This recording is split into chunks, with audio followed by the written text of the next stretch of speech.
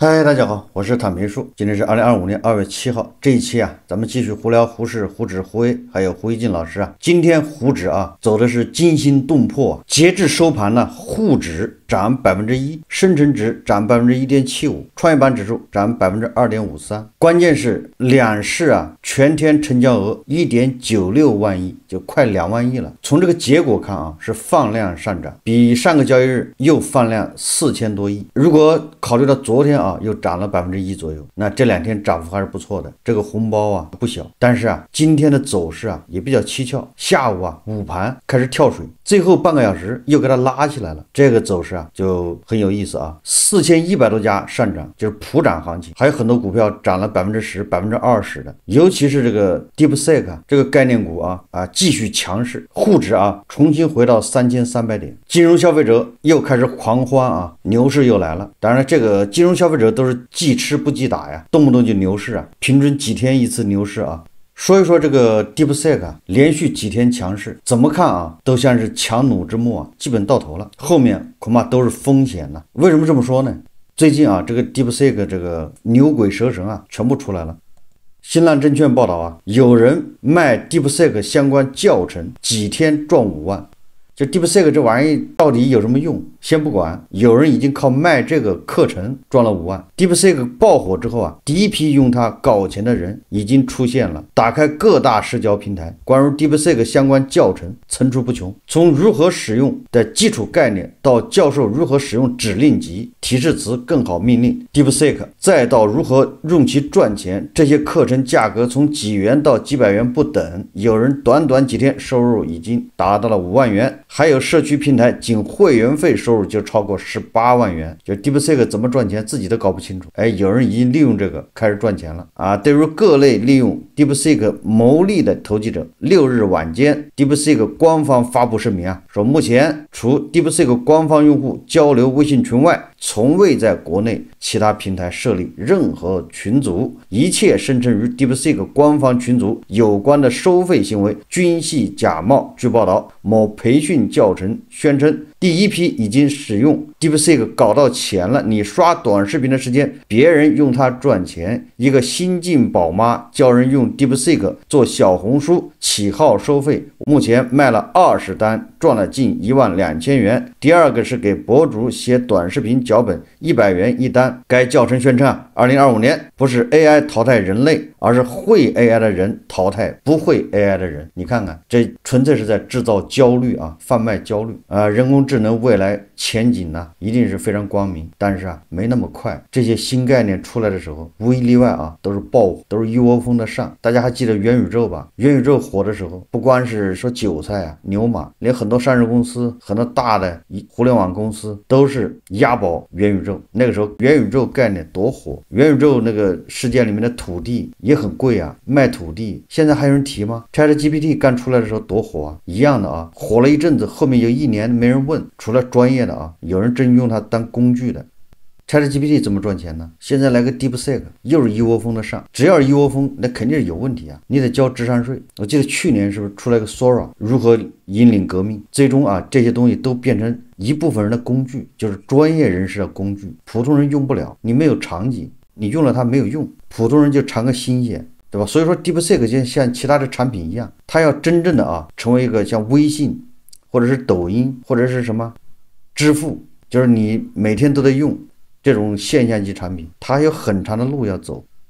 现在说还太早这个 DeepSeek 它一上市我就一直在用。我在以前节目也说过了，它有很长的路要走。它现在可以说它是个雏形，这是我的概念就是从一个用户角度来说，它根本还谈不上合格。你比如说你要用 DeepSeek， 反正我的感受是，你得冷不丁的用一下，他能给你反馈。等到你第2下你接着问的时候，对不起服务器繁忙，请稍后再试。我感觉恐怕它是这个响应算力有限的，但是它要为了照顾你的体验，所以你第一次提问它基本上对吧，它给你响应，后面就没有了。大家自己可以试一试，那问题出在哪咱也不知道。第二个就是对吧，作为一个中国的应用或者是模型，你想一想吧，它被阉割的怎么样了？今天我让 DeepSeek评价一下加特老师哎，结果因为我是冷不丁用的啊，就是相当于你这次用和上次用至少隔了4、5个小时。结果这个 DeepSeek 果然深度思考30秒，开始评价。我看到了啊，他说标题是说这个加头啊是伪先知什么一堆的，我还没记住呢。正在往下看的时候，突然一道闪电没了。后来给我个反馈啊，说咱们换一个话题。你看看，已经淹掉了，这是什么人工智能呢？被阉割的能叫人工智能吗？我看啊，美国一个什么华人团队啊，叫李什么的，搞了一个啊，他说训练一次$50更便宜，好像这个 DeepSeek 是训练一次500万美元吧，就是比那个 OpenAI 要便宜得多，成本极低嘛。结果现在人家美国的团队又搞一个什么$50训练一次。总之啊，这个 DeepSeek 啊，大家保持一个冷静。肉眼可见的啊，要不了多长时间它就冷下去了，就像那个什么豆包啊，还有什么文言一心是吧，百度的那些消失在众多的 APP 之中啊，没人在关心。如果作为一个搜索引擎，作为一个工具，对吧，我有什么问题我就问他，请教他，用它，结果你来个服务器帮忙，请稍后再试，你这不扯吗？有人呢又问这个 DeepSeek 啊，说人们为什么称张维为张公公？我估计啊，这个恐怕都是在前几天啊问的，或者是本地服务器啊，就是本地部署的这个 DeepSeek 上面提的问题。这个 DeepSeek 回答的依然非常犀利啊，他说关于张维被称为张公公的现象，这一称呼主要源于网络舆论场对其言论立场和学术态度的争议性评价。以下从多个角度分析这一称呼的由来及背景。他说了这个公共称谓的历史关联，说部分网民将张维类比为公公，意在影射其言论被批评为过于迎合官方立场，缺乏批判性，甚至被质疑将爱国作为生意。然后说第二个是争议性的言论与公众反映，张维的部分言论因为过于乐观或被认为脱离实际而引发争议。例如，这是 DeepSeek 举的例子啊，他说他曾称中国农民工的16元盒饭比美国中产阶级吃得好，贫困户每顿3菜1汤被批评为美化现实，忽视社会问题。对西方制度的批判，如美国政治制度存在基因缺陷，被部分人视为片面或极端。这些言论在网上被放大后，成为攻击者将其标签化为张公公的依据，暗示其言论服务于特定立场，而非客观分析。然后第三个是马来西亚讲座事件与舆论发酵。2024年5月，张维在马来西亚大学演讲时，一名学生提问如何办理瑞士永居证，引发哄堂大笑和尴尬场面。尽管张维事后否认听到该问题，并指责提问者可能受境外势力如1450，他打了个括号啊，解释一下境外势力就是1450啊这些指使，但其回应中频繁使用恨国党、第5纵队等标签化词汇，进一步激化争议。此事件被广泛传播后，张公公的称呼在社交媒体上扩散，暗讽其回避问题，态度傲慢。第四个是学术立场与政治标签的冲突。这个 DeepSeek 说啊，张维作为中国模式积极倡导者，主张中国道路的独特性和优越性，其观点被官方媒体高度评价，但也遭到部分知识分子的批评。反对者认为其理论过于强调自信，而忽视问题，甚至被贴上国师、宣传工具等标签。这种立场对立导致极端化评价，公共成为贬义的符号，对象征对权力中心的依附性。网络舆论的极化与标签化的传播，在自媒体环境中，争议性人物常被简化为极端标签以吸引流量。张维的支持者视其为自信的中国身影，而反对者则通过张公公等称呼将其污名化，反映舆论场中立场先于事实的倾向。这种标签化传播放大了其形象的两极化，使公公从戏谑调侃演变为身份批判的符号。最后DeepSeek 还总结他说张公公这一称呼的流行是网络舆论对张维学术立场、言论风格及公共事件反应的集中投射，它既包含对其观点片面性的批评，也折射出当前公共讨论中立场分化、标签盛行的现象。值得注意的是，张维的支持者认为此类攻击源于敌对势力或无法反驳者的情绪宣泄，而反对者则强调其言论论的误导性。这一争议本身也成为观察中国舆论场复杂生态的典型案例。首先啊，这个给人感觉 DeepSeek 对张维为的这个被人称为张公公这个评论啊，还是比较中规中矩的，没有过火。第二个呢，我怎么感觉这个 DeepSeek 有点越来越像胡锡进老师呢？就是和稀泥嘛，左边抹一下，右边抹一下。所以我就想到了啊，这个 DeepSeek 以后会不会雕盘化？你看用它来雕盘，这是个非常好的工具啊。所以首先感到有危机感的应该是胡锡进老师啊，对吧 ？DeepSeek 以后会取代胡锡进老师这样的职业，这样的人。哎，如果全民都用 DeepSeek， 都要去问 DeepSeek， 结果 DeepSeek 给出来答案都是这种，胡锡进老师这种，不就是雕盘化吗？这个也值得关注啊，也是个动向。我们的人工智能首先用在审核上面，控制，加强控制，对吧？然后用来雕盘，用来灌输一种思想。其次啊，才是所谓的提高生产力。大家可以拭目以待啊。我们接着还要聊胡适啊。财联社2月7日报道啊，说上交所最新披露2025年1月 A 股新开户，就是新开股票账户数啊。数据显示，2025年1月个人投资者新开 A 类账户达到156.4万户，机构投资者新开户为6097户。尽管较2024年部分月份的高点有所回落，但这一数据仍显示出市场在新年开局阶段的稳健态势。1月份呢，还有春节，还有放假，也就是说1月份有156万的新开户、新韭菜啊涌进胡适。这个相对2024年其他的月份来说啊，那这个数字还是不错的啊，又有很多新韭菜啊跑步进场，七大姑八大姨呢借的钱也进来搏一把。勇敢搏一搏，单车变摩托啊！当然了，来的时候是这么想的，最终肯定是摩托变单车出去啊，鳄鱼进来，壁虎出去啊，奥迪进来变雅迪啊。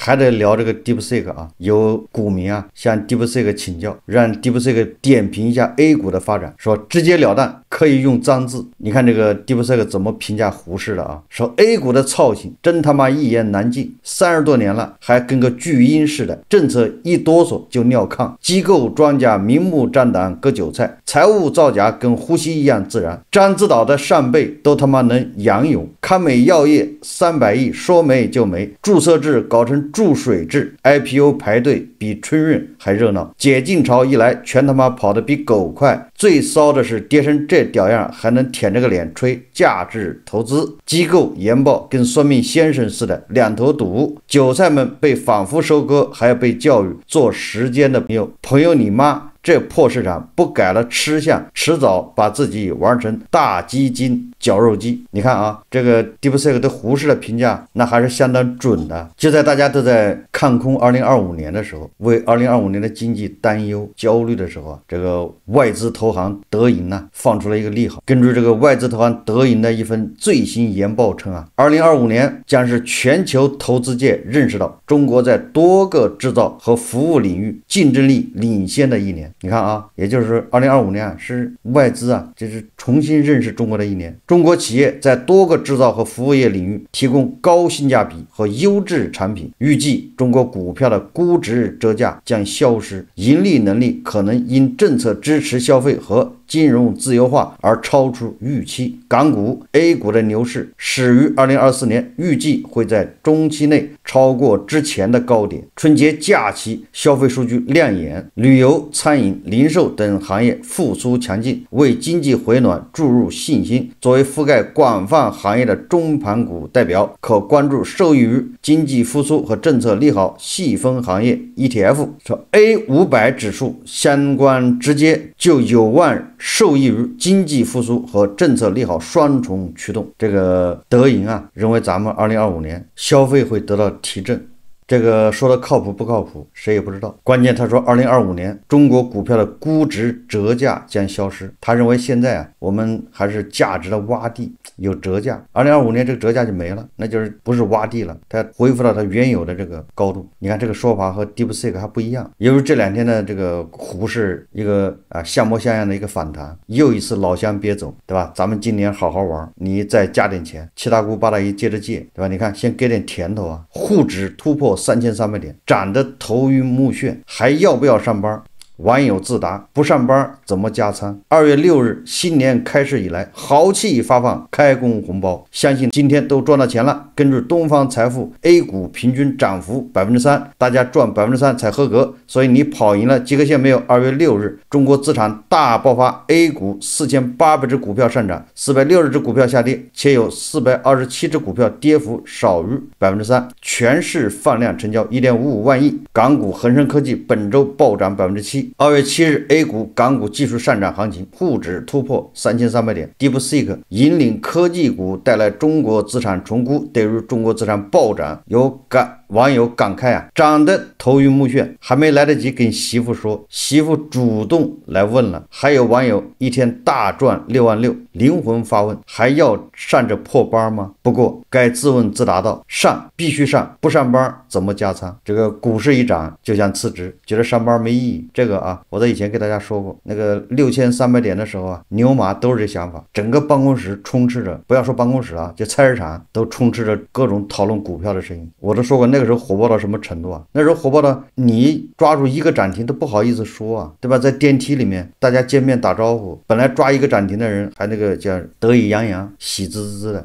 结果别人一说，对吧？我这抓了满仓4个涨停，那一个涨停的立马受到了暴击啊，比亏了钱还难受啊。那时候你的本金有多少啊？一个涨停你恐怕就赚几万，你一个月工资才多少啊？那时候工资啊1万多都算高的啊。你想你一天就赚几万，相当于几个月工资，谁还有心情上班啊？对吧？那时候走路都横着走，看见老板都已经不在意了，对吧？老板的态度好一点，你态度不好我也辞职走人了。专职炒股不比你赚这点窝囊费要强得多吗？你看现在啊，才涨2天，有人发出灵魂这个疑问呢，还要不要上这破班？